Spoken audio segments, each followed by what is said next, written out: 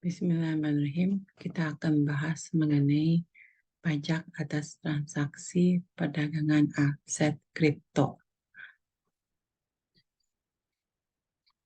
Kita bahas dulu mengenai karakteristik kripto. Jadi, apakah kripto itu uang? Jawabannya bukan. Jadi, virtual currency bukan merupakan alat pembayaran yang sah di Indonesia. Bitcoin dan cryptocurrency lainnya bukan merupakan alat pembayaran yang sah. Apakah kripto itu komoditi? Ya, benar. Komoditi digital atau komoditi kripto dari sistem blockchain dapat dikategori sebagai hak atau kepentingan, sehingga masuk ke kategori komoditi. Aset kripto ditetapkan sebagai komoditi yang dapat dijadikan subjek kontrak berjangka yang diperdagangkan di bursa berjangka. Aset kripto sebagai komoditi dalam Undang-Undang PPN. Apakah kripto adalah barang kena pajak? Kalau kita ketahui barang itu ada dua, yaitu berwujud dan tidak berwujud. Nah, kripto ini termaksud ke barang digital ya yang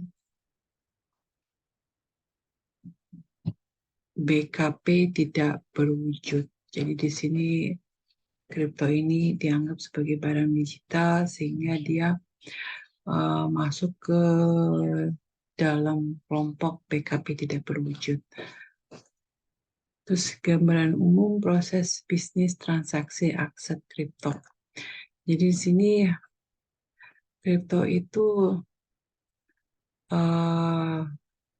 dilakukan melalui e-wallet atau enggak exchanger, di mana transaksi dilakukan secara swap, tukar antar aset kripto, bisa berupa jual beli aset kripto dengan uang fiat atau uang rupiah, atau juga bisa tukar aset kripto dengan barang jasa. Sementara yang di sini adalah verifikasi transaksi oleh miner. Gambaran umum pengaturannya di sini perdagangannya ini yaitu berupa jual beli dengan aset kripto dengan mata uang fiat atau tukar menukar aset kripto dengan aset kripto lainnya atau enggak swap atau enggak tukar menukar aset kripto dengan barang selain aset kripto dan atau jasa.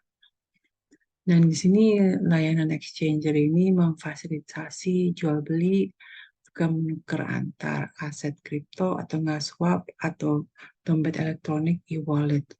Exchanger ini bertugas sebagai pemungut pajak atas perdagangan aset kripto. Sementara mining tugasnya adalah jasa verifikasi transaksi aset kripto dan atau jasa manajemen kelompok penambang aset kripto. Pajak atas transaksi perdagangan. Di sini aset perdagangan aset kripto ini terhutang PPN dan PPh pasal 22.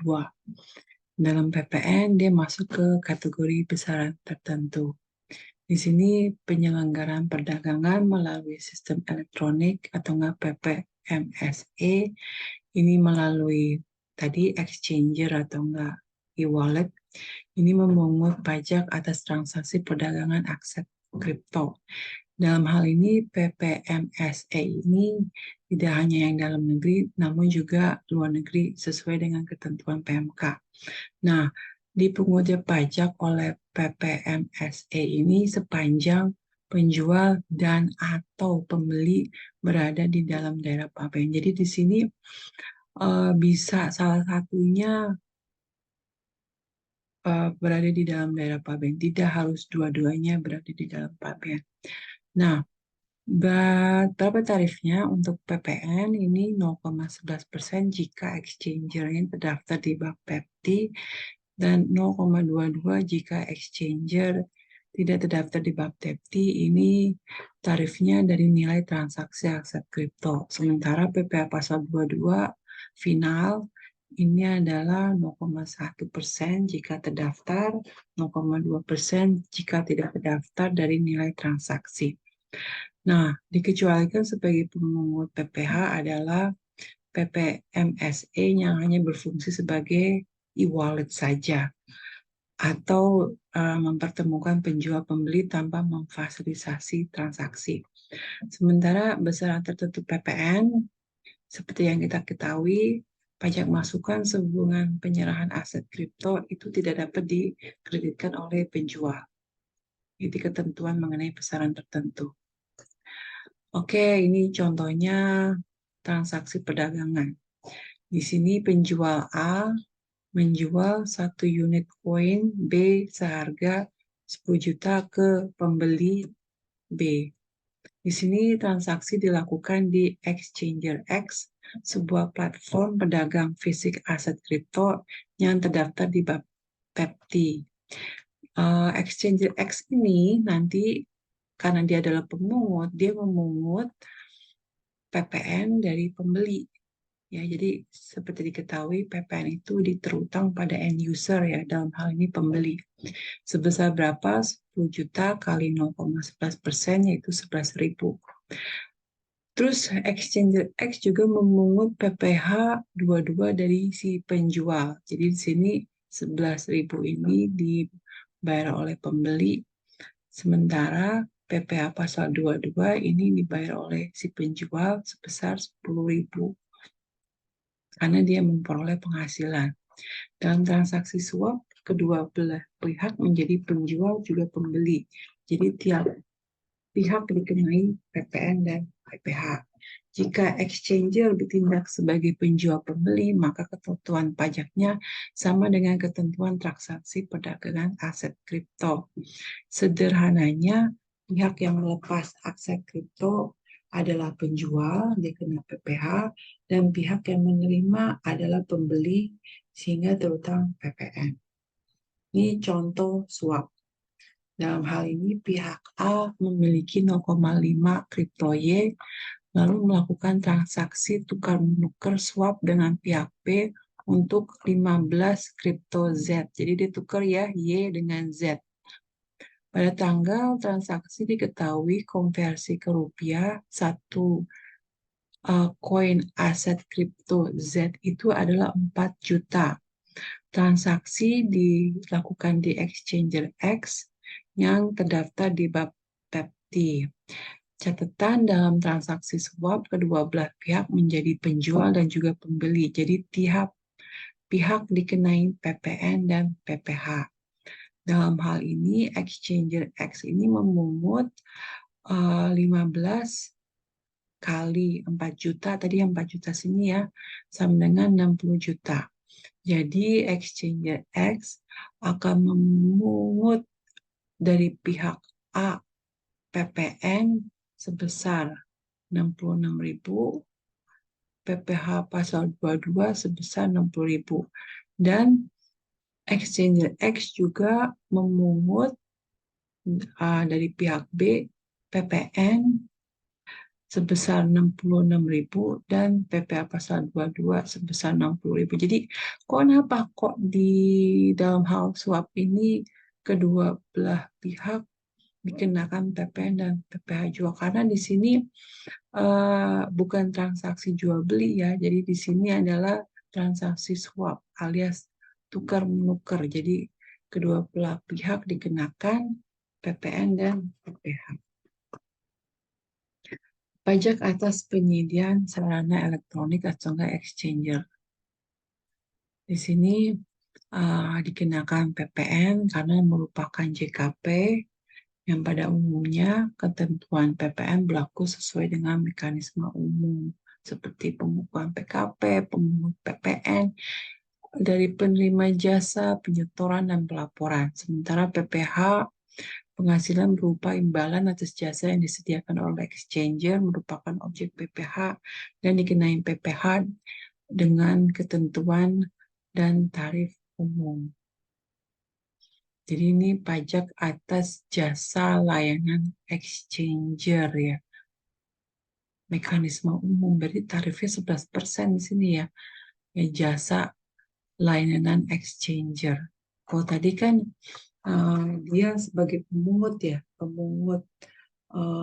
Tapi di sini exchanger ini juga dikenakan PPN dan PPh. Terus jasa verifikasi transaksi pada blockchain mining itu juga sama dikenakan PPN dan PPh pasal 22 final, di mana PPN-nya adalah 1,1% dan juga ini berupa besaran tertentu, dan PPh-nya adalah 0,1%. Namun sayang sekali untuk transaksi mining tidak ada contohnya. Ketentuan lainnya, transaksi dalam mata uang asing nanti dikonversi ke dalam mata uang rupiah berdasarkan kurs yang ditetapkan oleh Menteri Keuangan. Terus transaksi yang tidak melibatkan mata uang fiat, hanya aset kripto, dalam hal ini yang swap ya. Nilai aset kripto ini dikonversi ke dalam mata uang rupiah berdasarkan nilai yang ditetapkan oleh bursa berjangka ya, atau nilai dalam sistem yang dimiliki oleh PPMSE. Jadi sekali lagi yang dimaksud dengan uang fiat atau fiat money adalah uang yang resmi dikeluarkan oleh pemerintah tanpa beracuan pada emas dan komoditas fisik lain. Contoh uang fiat adalah rupiah, euro, dolar, dan berbagai mata uang di banyak negara. Di sini bukti pemungutan pajak atas transaksi perdagangannya ini menggunakan single dokumen pemungutan PPh-PPN atas penyerahan aset kripto melalui PPMSE berupa dokumen yang dipersamakan dengan bukti pemotongan pemungutan unifikasi PPh, modifikasi rincian informasi untuk mengakomodir PPN, dan bukti pemotongan pemungutan unifikasi sebagai dokumen tertentu bagi PKP penjual aset kripto. Di sini penyetoran dan pelaporan oleh PPMSE, setornya paling lambat tanggal 15 bulan berikutnya, serta lapornya paling lambat 20 hari setelah masa pajak berakhir, di mana SPT PPN-nya menggunakan 1107 PUT karena dia adalah pemungut PPN ya. Terus untuk PPh pasal 22 adalah SPT masa PPh verifikasi. Ya, sekian dari saya. Terima kasih. Assalamualaikum warahmatullahi wabarakatuh.